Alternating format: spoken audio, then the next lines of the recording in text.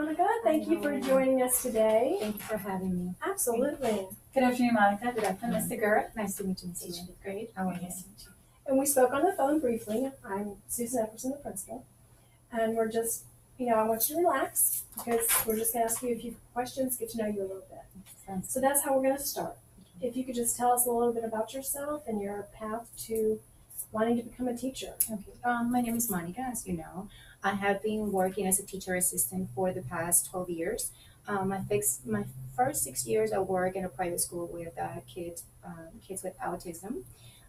It was a very good experience. I learned so much the 6 years that I was there. We learned about behavior. We learned about how do kids with autism interact with adults and other children's.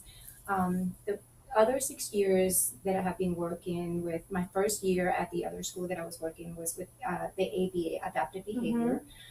It was a little bit of a challenge because we were working not just with kids with autism, we were working with kids with other behaviors, like, for example, schizophrenia, can I say that? So it was a little bit of a challenge. And the next 5 years, I have been working with pre-Ks. It's beautiful. I love it. Every day I learn something new from them. I feel like instead of them learning from me, I learn so much from them. They make my job so lovable. I love being with them. Every day is a challenge, but it's a beautiful challenge. So I really enjoy working with pre-Kers. Well, and I noticed on your application that you work with a bilingual pre-K. Yes, ma'am. I So do. are you bilingual too? Yes, ma'am. I am from Puerto Rico, born and raised. I moved to United States almost 25 years ago. Before that, I used to be in the medical field, and I did another 12 years in the medical field, which also I enjoy so much. But once you have kids, your priorities change. So I decided to become a teacher just that I can learn more and I can use my learning towards my kids. That's wonderful. So what are your professional goals? I have many, and one of them is also become a good teacher. I would love to be a good teacher. I think I'm a little bit hard on myself because of my language, and I feel like maybe I'm not going to do as great as others. But I have to remove that from my head and focus not just on me, not thinking about I'm doing this for myself. No, I want to do this for the students. I want each and one of my students to see me as their champion. Oh. And I want for them to look forward to come to school because they have a very good, fun teacher that they can be with all day.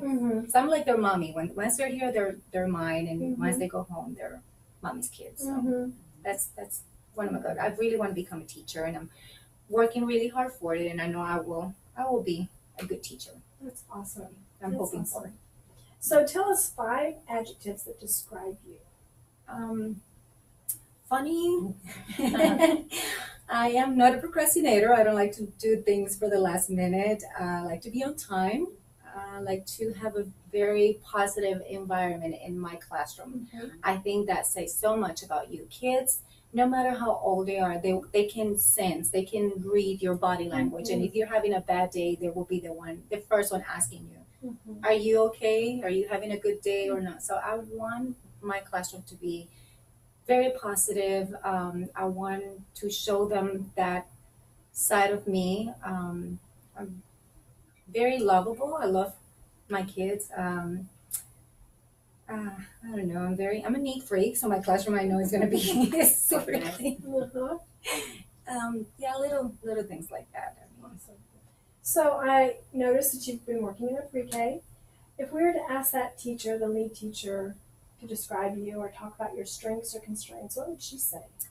She will say that I'm a hard worker. Usually I don't wait for her to tell me what to do. I mean, 95% of the time I don't wait for her what to do. I automatically know what I need to do. And most of the time when she needed something, whether it's laminate something or copying something, it's already been done 2 or 3 days before she needed it. Like she mentioned it one day, hey, by Friday I would like for you to have this done.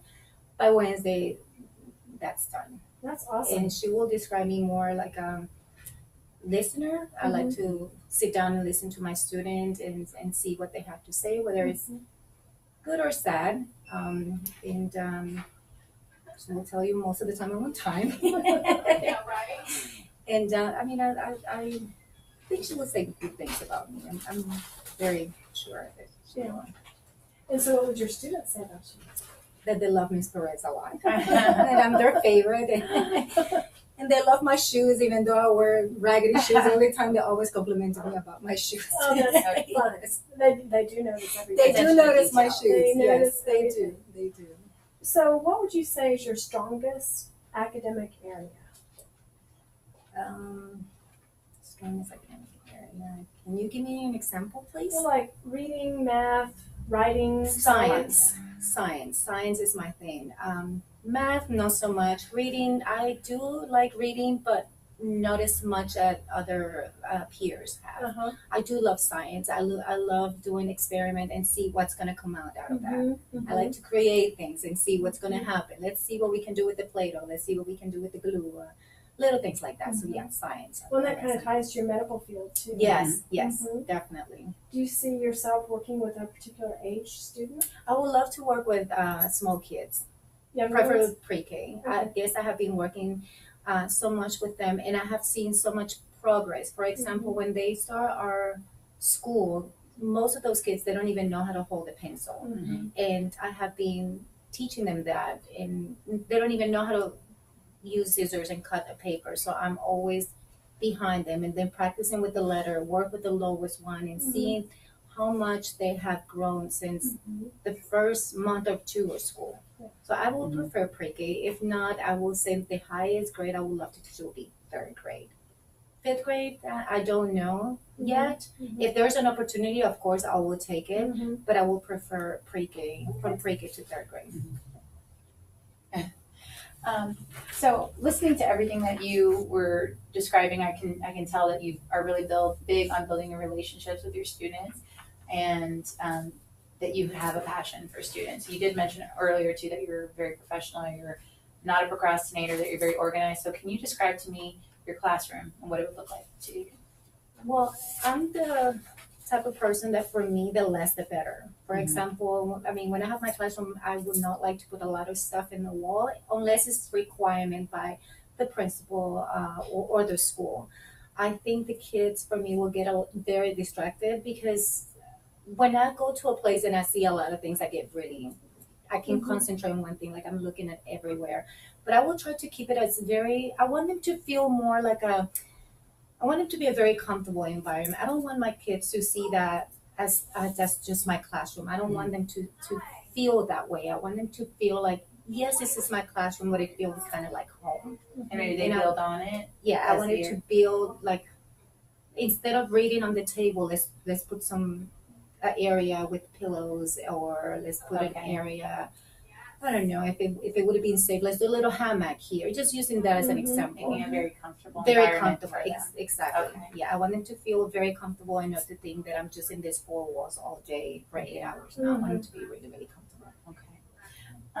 And so, what are some of your strategies that you've used when working with students during discipline concerns? Because I know in pre-K they're very, very young. They're learning how to, like you mentioned, hold a pencil. They're learning how to be, little people, and they're growing up. So how have you been able to handle those discipline concerns? My number one thing that I use with my kids is positive reinforcement. That's my number one thing. First, I like to know the child and see if this child behaved like this since school started, or this is something new. If it's something new that I have not seen before, I will do my best to have some type of communication with their parents, and the parents can notify me, yes, something have changed at home. And I can be thinking a little bit about the communication that I can have with the kid. What I normally will do when they have, the behavior have escalated, and unfortunately nothing has been working, no positive reinforcement has been working, I guess I will have to call the principal and see if she can help me with a different strategy.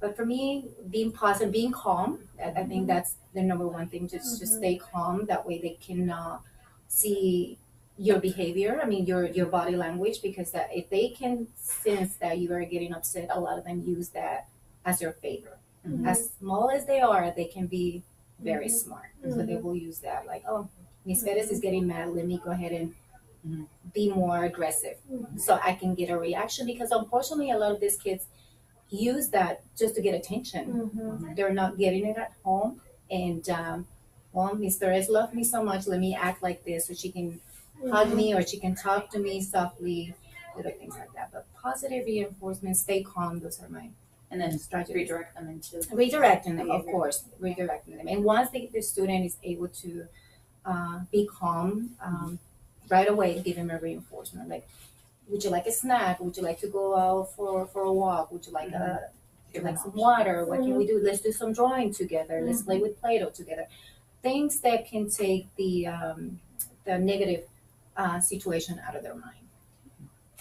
And what would be some strategies that will work best with your struggling students when you're working with them in a small group, when your teacher has been working with other students and you pull a few of them off to the side and you notice they're struggling with whatever the lesson content is? What have been some strategies that you would use? I will be one-on-one. If I know the kid have a lot of struggling with the academics, and for example, I already tried to work in little groups with the student, and the small group is not working for the student, I will do one-on-one. Every day if I have to, and if the student is in my classroom all day, I will at least try to do twice a day, but make it fun. I don't want to make it poor. For example, with my pre-Kters, the one that are struggling, I build a song for them to make it fun. So a lot of those students they only knew like 5 letters and probably 8 sounds. Now they know the whole alphabet basically because of a song or because I dance or I do little things to make it more fun for them. And that's great because that's what you're doing to differentiate for the different learners in your classroom. Some are auditory, some are kinesthetic, they need to move around, some of them need visual, some of them can just hear it from the teacher talking. So that's a good way to target the different students and the way they're learning. And what do you believe are some characteristics of a good team member? If you were to join Lee and be a part of the Lee team, what do you think would be a good characteristic for a new addition to have? Communication is the key.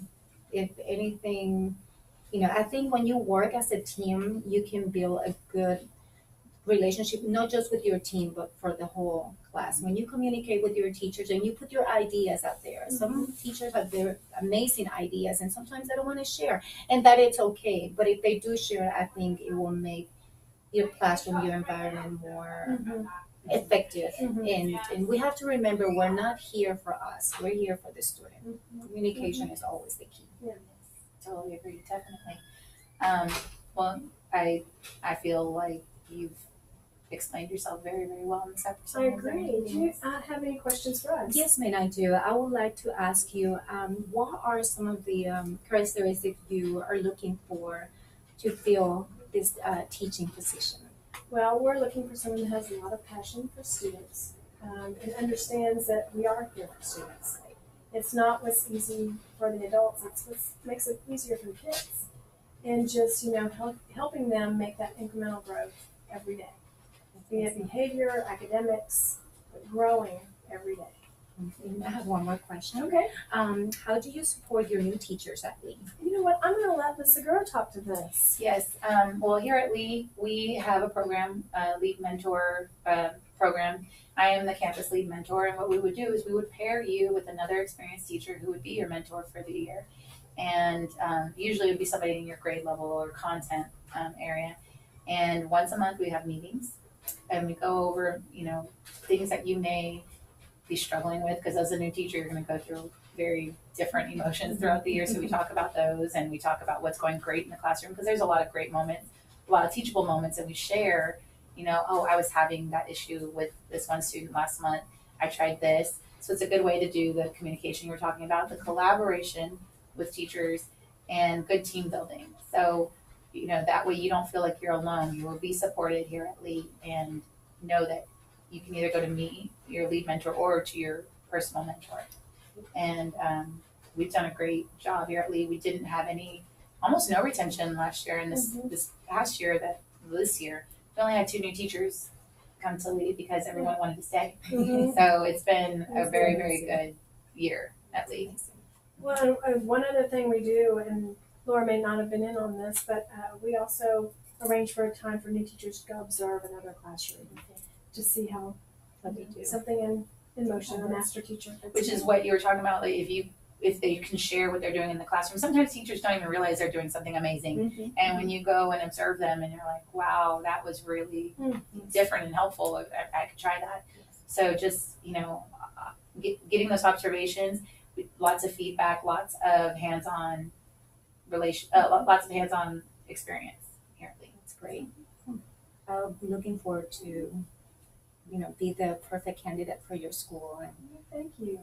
this is a very good place. It feels really good just being sitting here. So I can even imagine how it will be working for this school and for you too as well.